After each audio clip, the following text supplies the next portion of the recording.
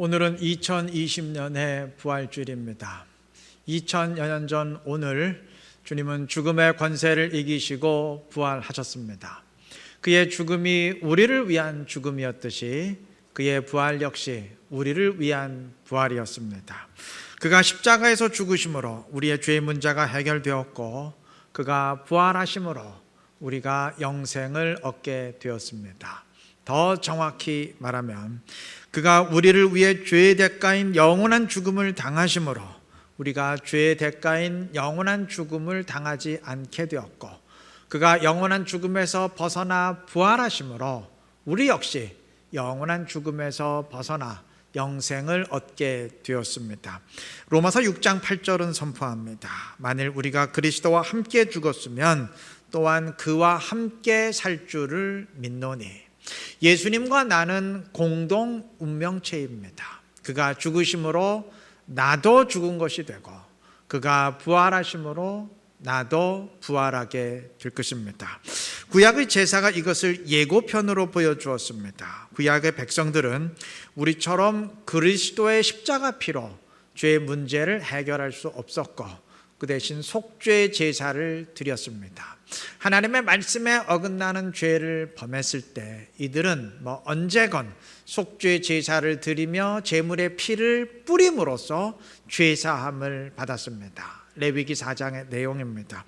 그런데 이러한 평일의 속죄 제사로 해결할 수 없는 죄가 있었습니다. 죄를 범했음에도 본인이 미처 깨닫지 못하고 속죄 제사를 드리지 못했기에 해결되지 않고 남아있는 죄가 있을 수 있었습니다. 이러한 경우는 1년에 한 번씩 돌아오는 속죄일에 특별 속죄 제사를 통해 사함 받을 수 있었습니다. 또 본인이 분명히 죄를 깨달았으면서도 평일의 속죄 제사로는 해결될 수 없는 죄가 있었습니다. 여러분, 죄는 죄를 지은 사람뿐만 아니라 성소, 후대 성전까지 더럽힙니다. 성소에서 범한 죄가 아니고 성소 밖에서 어느 곳에서 범한 죄든 성소를 더럽히게 되어 있습니다. 그것이 하나님이 정하신 원리입니다. 그래서 민수기 19장 20절은 사람이 부정하고도 자신을 정결하게 아니하면 여호와의 성소를 더럽힘이니 라고 했고, 레위기 20장 3절 역시 그가 그의 자식을 몰렉에게 주어서, 즉 몰렉 신에게 자식을 불태워 드리는 우상 숭배를 함으로써 내 성소를 더럽히고 라고 했습니다. 백성들의 죄는 그 죄가 어떤 죄이건 상관없이 성소를 더럽힙니다. 속죄제를 드릴 때 제물의 피를 제단을 비롯한 성소의 기물에 다 뿌리는 이유가 바로 이것입니다. 죄를 범한 사람의 죄뿐만 아니라 그로 인해서 더럽혀진 성소까지 깨끗하게 회복시킨다는 의미입니다. 이러한 성소의 오염은 죄의 정도에 따라서, 그리고 그 죄를 누가 범하였느냐에 따라서 제단과 또 성소 마당 정도만 더럽힐 수도 있고, 중한 죄의 경우는 지성소까지 오염시킵니다. 그런데 문제는 제단 정도를 오염시킨 죄야 평일에 속죄제를 통해서 피를 제단에 뿌리면 해결될 수 있지만, 지성소를 오염시킨 죄는 그렇게 해결하는 것이 불가능합니다. 왜냐하면 지성소에는 평일에는 그 누구라도 들어갈 수가 없고, 딱 한 번, 1년에 딱 한 번 속죄일에만, 그것도 아무나 못 들어가고 대제사장만 들어갈 수 있었습니다. 때문에 지성소를 오염시킨 죄는 평일의 속죄제로는 해결할 수가 없어요. 그 지성소에 들어가서 피를 뿌릴 수가 없으니까 평일엔 그건 해결할 수가 없고, 오직 속죄일에 대제사장이 지성소 안에 들어가 피를 뿌림으로써만 해결될 수 있었습니다. 즉 속죄일의 속죄제사는 그동안 이런저런 이유에서 알면서도 또는 몰랐기에 해결할 수 없었던 모든 죄들을 일시에 해결하는 제사였습니다. 평일의 일반 속죄제가 개인의 죄 문제를 해결하기 위해서 개인이 드리는 개인 차원의 제사였다면 속죄일의 속죄 제사는 이스라엘 모든 백성들의 죄를 한꺼번에 모아서 일시에 해결하는 제사였습니다. 자, 그런데 속죄일에 속죄 제사를 드린다고 해서 모든 게 다 끝난 게 아니에요. 제사를 드렸다 그래서 모든 게 완성된 것이 아닙니다. 그 제사를 하나님이 받아주셔야 됩니다. 만약 어떤 제사건 하나님이 받지 아니하시면 그건 무효입니다. 어떻게 제사를 드렸건 다 무효입니다. 그러면 하나님이 속죄일에 속죄 제사를 받으신다는 증표가 무엇이냐? 지성소에 들어간 대제사장이 살아나와야 됩니다. 그것이 하나님이 그 속죄 제사를 받으셨다는 증표입니다. 만약에 하나님이 속죄일에 이스라엘의 속죄 제사를 받지 아니하시면 대제사장은 지성소 안에서 그 자리에서 죽게 됩니다. 그것은 하나님이 이스라엘의 속죄 제사를 받지 않으셨다는 의미, 즉 이스라엘의 죄를 하나님이 사하지 아니하시고 죄를 물어서 그 죄의 대가로 심판하시겠다는 의미입니다. 때문에 대제사장이 속죄일에 속죄 제사를 드리기 위해 성소 안에 들어가면 밖에 있는 모든 이스라엘 백성들은 숨을 죽이며 긴장하게 됩니다. 과연 대제사장이 살아나오느냐 죽어 나오느냐 그게 문제가 아니에요. 만약 대제사장이 살아나오지 못하면 그건 하나님이 속죄일에 이스라엘의 속죄 제사를 받지 않으셨다는 말이에요. 다시 말하면 이스라엘의 죄를 사하지 아니하고 죄를 물어서 그 죄의 대가로 심판하신다는 의미입니다. 물론 대제사장이 죽어 나오는데도 하나님이 심판하지 않는 경우가 혹 있을 수는 있습니다. 예를 들어서 나이 많은 대제사장이 제사 드리러 갔다가 갑자기 심장마비로 죽는다거나 이렇게 운 나쁘게 죽을 수 있잖아요. 이런 경우라면야 대제사장을 교체해서 다시 제사를 드리면 되지만 그런 경우가 아니고 하나님이 이스라엘의 속죄제를 받지 않으셨기에 대제사장이 죽은 경우라면 이스라엘은 죄로 인한 심판을 면할 길이 없습니다. 여러분, 오늘 우리에게는 하나님의 심판, 이 말이 하등 두렵지 않은 말이 되었어요. 사실은 두려워해야 되는데 전혀 두렵지 않은 말이 됐습니다. 그저 추상적인 개념이 되어버렸어요. 왜냐하면 오늘 이 시대에는 하나님이 눈에 보이게 심판하지 않으시기 때문입니다. 근데 구약 이스라엘의 경우는 달랐습니다. 구약 시대 하나님은 이스라엘을 눈에 보이게 심판하셨습니다.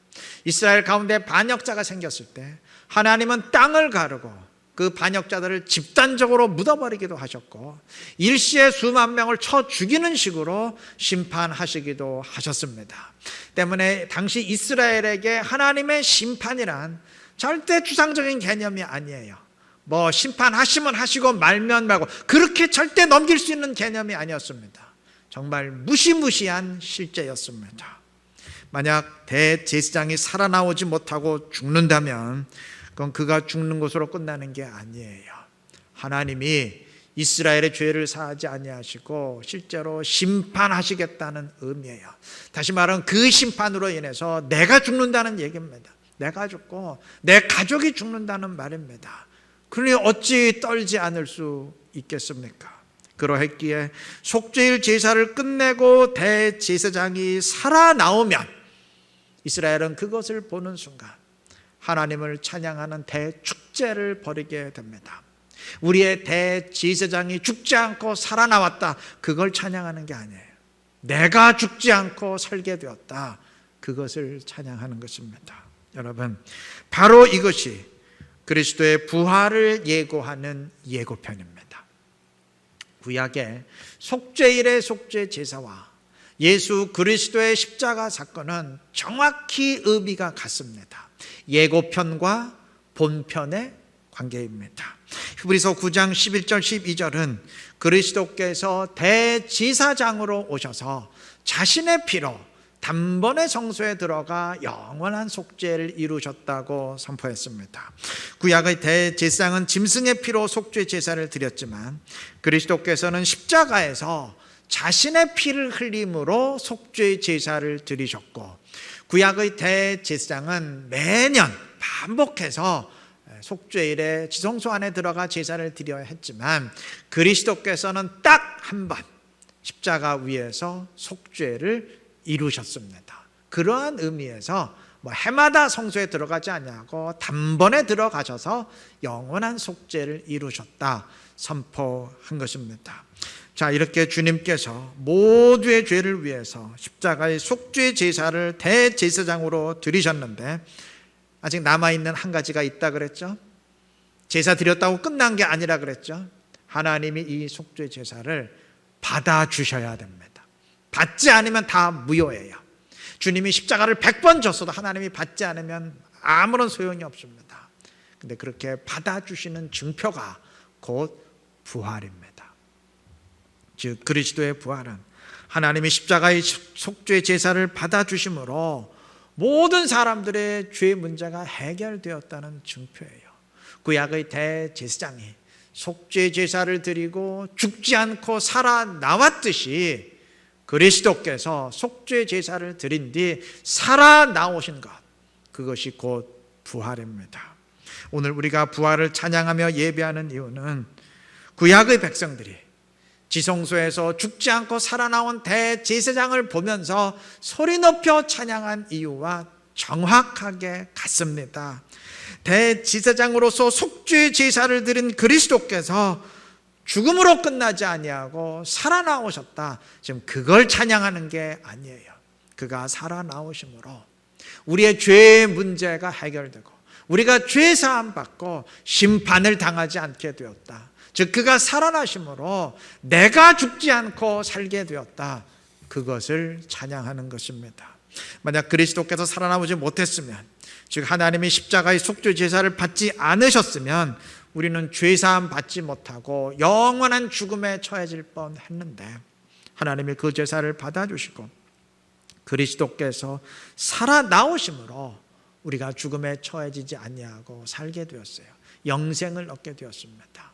바로 이것이 오늘 우리가 그리스도의 부활을 예배하며 찬양하는 이유입니다.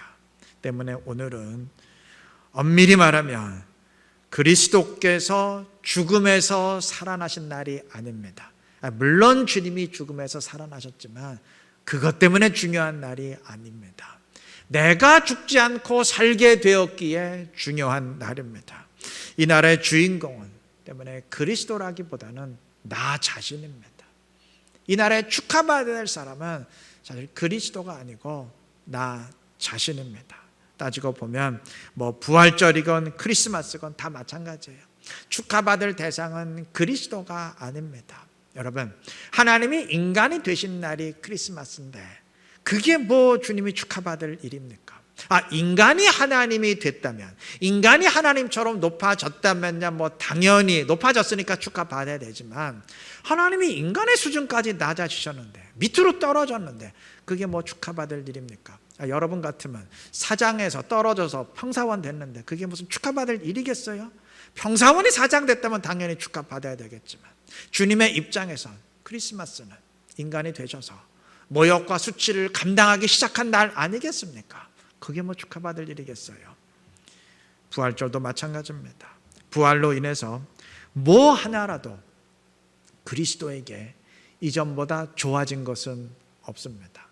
우리야 그의 부활로 인해서 영생을 얻게 되었으니까 당연히 새로운 차원의 존재로 바뀌었고 축하받아야 되지만, 그리스도는 십자가 사건 이전에도 영원한 하나님이셨고 이후에도 영원한 하나님이시고 뭐가 달라진 게 있습니까? 아무것도 달라진 게 없어요. 그럼에도 부활절이 하나님의 영광이 되고 크리스마스의 천사가 하나님의 영광을 선포한 이유는 우리의 변화 때문입니다. 우리가 영생의 존재로 변화되기 때문입니다. 자신이 인간이 되기까지 낮아질지언정 우리를 위한 구원의 길이 열리고 하나님 자신이 십자가 제물이 될지언정 우리가 영생의 존재로 변화되기 때문입니다. 그것이 주님의 무한한 기쁨이었고 하늘 보좌의 기쁨이었어요. 그래서 하나님의 영광의 날이라고 선포했던 것입니다. 이것이 부활절의 의미입니다. 오늘 지구상의 모든 교회는 교회에서건 아니면 가정에서 온라인을 통해서건 부활을 예배할 텐데, 그 예배하는 건 좋은데 의미는 좀 알고 드려야 되지 않겠습니까? 오늘 부활의 예배를 드리며 이날의 주인공이 바로 나 자신임을 분명히 인식하시기 바랍니다. 단지 주님이 죽고 부활하신 날이 아니고 그가 살아나오심으로 내가 죽지 않고 살게 된 날임을 분명히 인식하시기를 바랍니다. 그래서 그의 부활로 인해 영생을 얻은 자로서 그의 은혜에 감사하며 부활의 능력과 소망 가운데 살아갈 수 있는 우리 이루는교회 모든 성도님들 되시기를 바랍니다.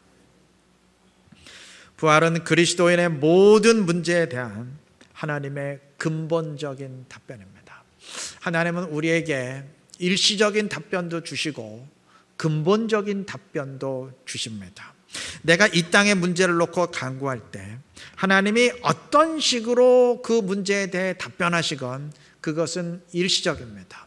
예를 들어서 내가 불치의 병으로부터 벗어나기를 간구해서 치유되었다 한들 일시적이에요. 어차피 때 되면 다 죽습니다. 여기 100년 후에 살아있을 사람 아마 없을 겁니다. 건강하건 병들었건 어차피 죽습니다.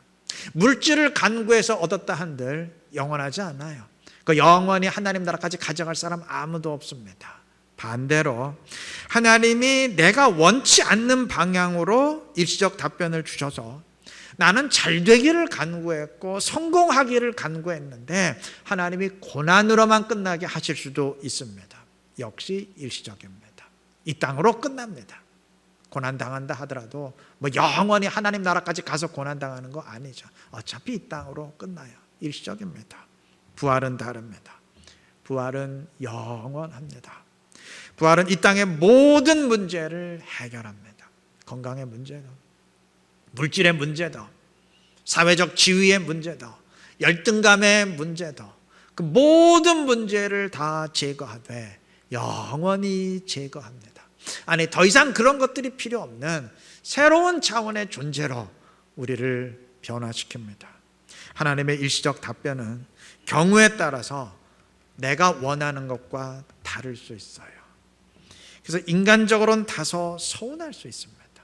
아니, 서운함을 넘어서 원망이 나올 수도 있습니다. 연약한 인간에게 얼마든지 그럴 수 있습니다. 그러나 우리는 분명히 압니다.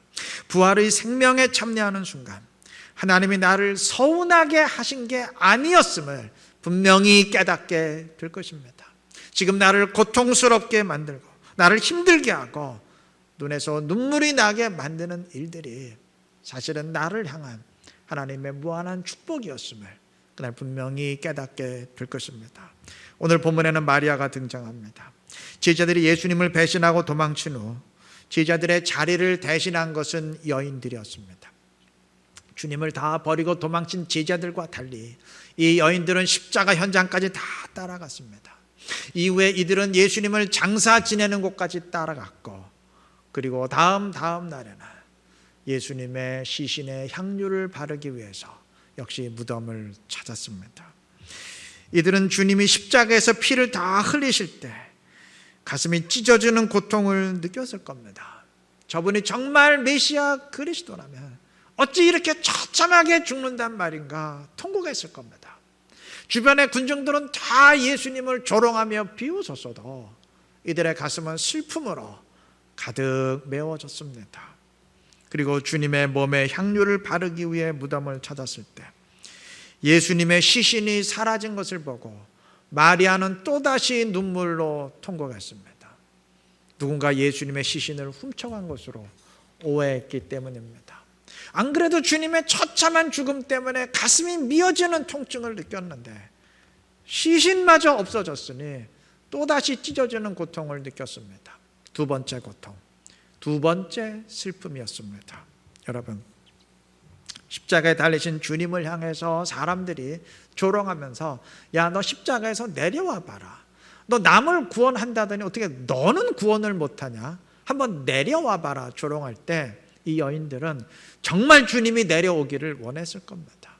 죽은 나사로를 살리시고 오병이어의 기적을 베푸시고 눈먼 자를 보게 하시고 걷지 못하는 자를 이렇게 세웠던 주님의 능력이라면 주님 분명히 내려오셔서 자신을 조롱하는 자들을 징벌하시고 자신의 고통을 끝내실 수 있으신데 정말 그렇게 내려오기를 아마 여인들은 원했을 겁니다.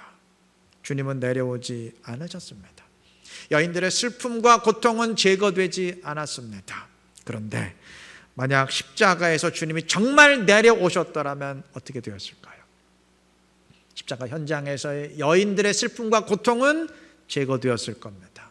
고통은 기쁨으로, 슬픔은 감격의 찬양으로 바뀌었을 겁니다.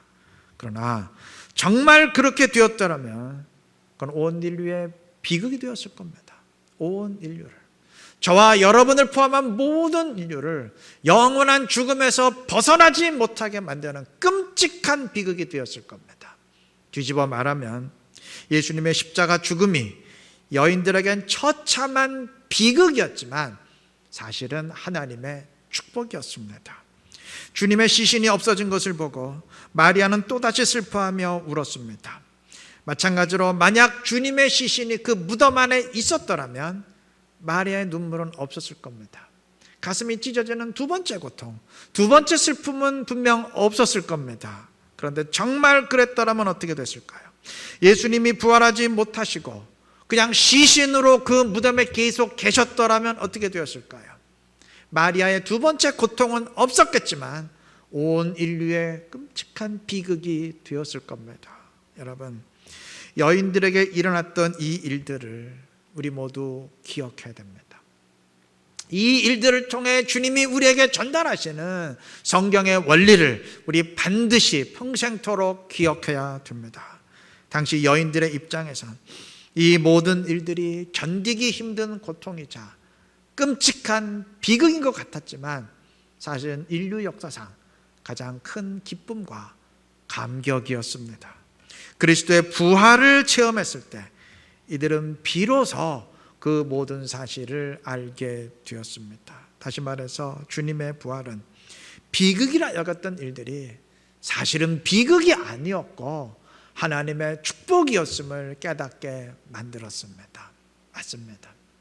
바로 그것이 주님의 답이었습니다. 하나님은 부활로 답변하셨습니다. 우리에게 주시는 하나님의 답도 마찬가지입니다. 주님이 나의 고통을, 나의 힘든 삶의 모든 모습들을 제거하시는 일시적 답을 주실 수도 있지만 그렇지 않으실 수도 있습니다. 때문에 경우에 따라서는 정말 내 삶이 비극이라 여겨질 수도 있어요. 어떤 사람의 경우는 정말 처참한 비극이라 여겨질 수도 있습니다. 서운함을 넘어서 정말 주님 이건 너무한 것 아닙니까? 탄식이 터질 수도 있습니다. 그러나 이 땅에서 어떤 답을 주시건 상관없이 주님은 마지막 날 부활로 영원한 답을 주십니다. 그때 주님은 이 모든 일들이 비극이 아니라 사실은 축복이었음을 깨닫게 하실 것입니다.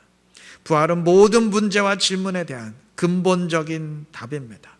비극이 아니었음을 깨닫게 만들고 나를 고통스럽게 했던 일들이 사실은 고통스러운 일이 아니었음을 깨닫게 하고 내 눈에 그토록 눈물 나게 만들었던 일들이 사실은 슬픈 일이 아니었음을 분명히 깨닫게 만드는 주님의 영원한 답이 부활입니다. 그리스도인들에겐 이 소망이 있습니다. 이 부활의 소망이 넘어진 자를 일어나게 하고 희망과 용기를 잃어버린 자들에게 새로운 소망을 갖게 만들고 영적으로 눌리고 넘어진 자를 다시 일어서게 만듭니다. 2020년의 부활을 예배하면서 이 소망 굳건히 하시기를 바랍니다. 우리 모두에게 주어진 하나님의 영원한 답이 있음을 기억하시고 그 답을 붙들고 살아가시기를 바랍니다. 그래서 이 소망 가운데 신앙의 길을 당당히 걸어감으로써 주님의 영광 드러내고 주님의 기쁨이 될 수 있는, 주님의 뜻을 함께 추구하며 살아갈 수 있는 우리 이루는 교회 모든 성도님들 되시기를 부활이요 생명이신 예수 그리스도의 이름으로 축원합니다.